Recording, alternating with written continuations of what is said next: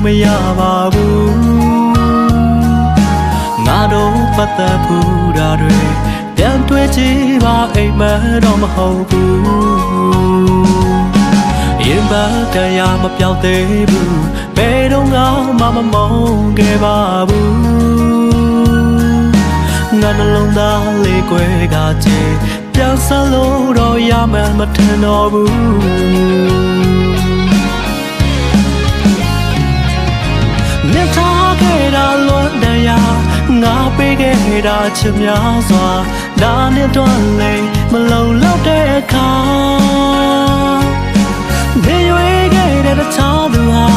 ငါချစ်ခဲ့သလိုချစ်ပါမလားငါတွေ့မိတိုင်းမျက်ရည်ဝိုင်းလာမဆိုင်တော့တာတွေသိပေမဲ့ကွာမပြတ်သားသေးဘူးစိတ်ပူနေတော့ငါ